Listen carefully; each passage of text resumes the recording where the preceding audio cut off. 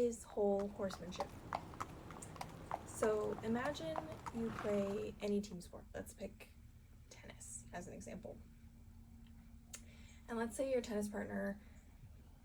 is more versed in tennis and they're,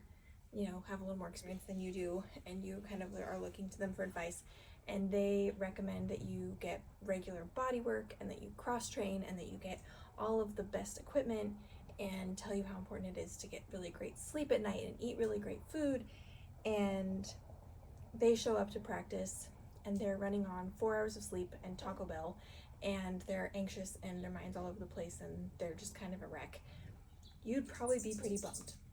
So let's imagine for a moment how our horses must feel when it's so easy for us to rationalize spending all this time and money on keeping our horses healthy mentally, physically, and emotionally, but we often forget to take care of ourselves. So whole horsemanship than you do, and you has two aspects. Firstly, it's about showing up as a whole horseman, meaning you're showing up being well cared for mentally, physically, and emotionally. And secondly, it means taking care of your whole horse. So examples of how this works and how taking care of your whole self actually directly impacts your horse's care.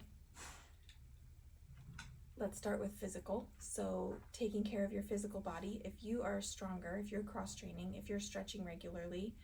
and you have great body awareness, and you're eating healthy food, and you're taking care of your physical body, you're going to be more balanced and stronger in the saddle, which is going to directly impact your horse's muscling and your horse's ability to carry your weight and your horse's satisfaction every single ride. It's also going to make you safer in the saddle, and it's going to help you to be able to be more competent on the ground as well, making sure that you're able to lift things without hurting yourself, or take your horse on long walks without getting winded, and making sure that you have sustainable energy to have this great relationship with your horse. Mentally, if you're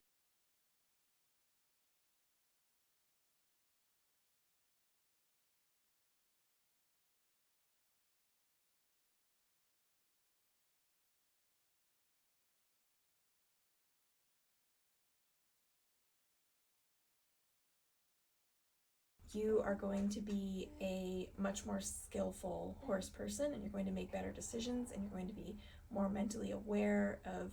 your horse's needs and how you can better meet them and be a better steward for your horse's health.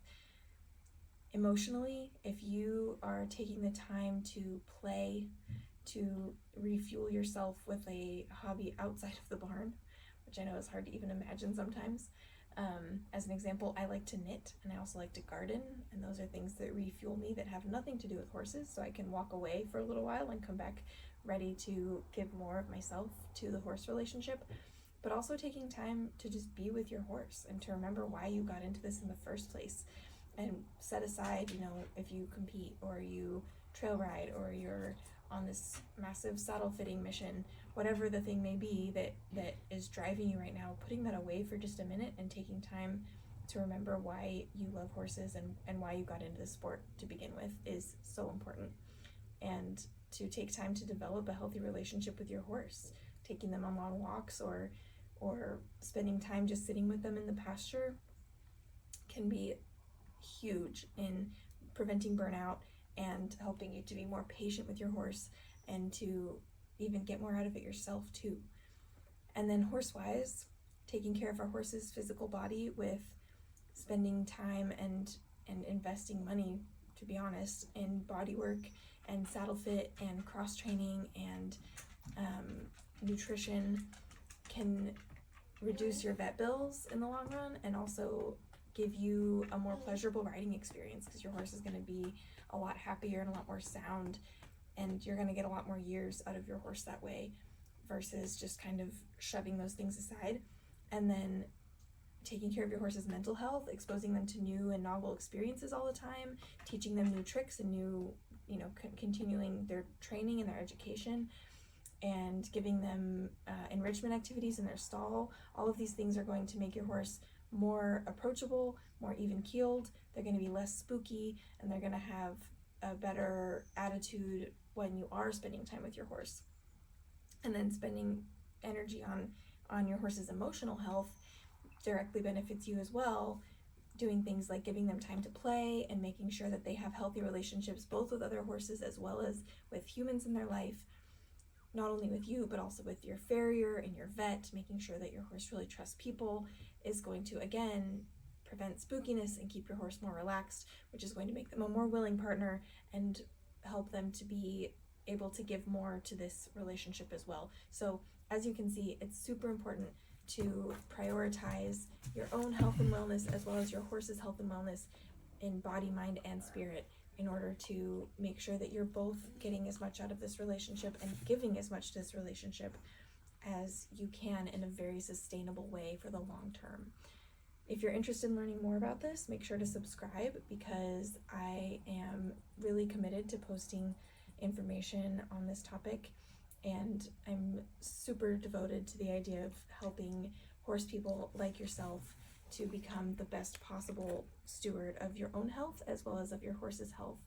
so that we can hopefully increase the well-being of horses and riders across the industry.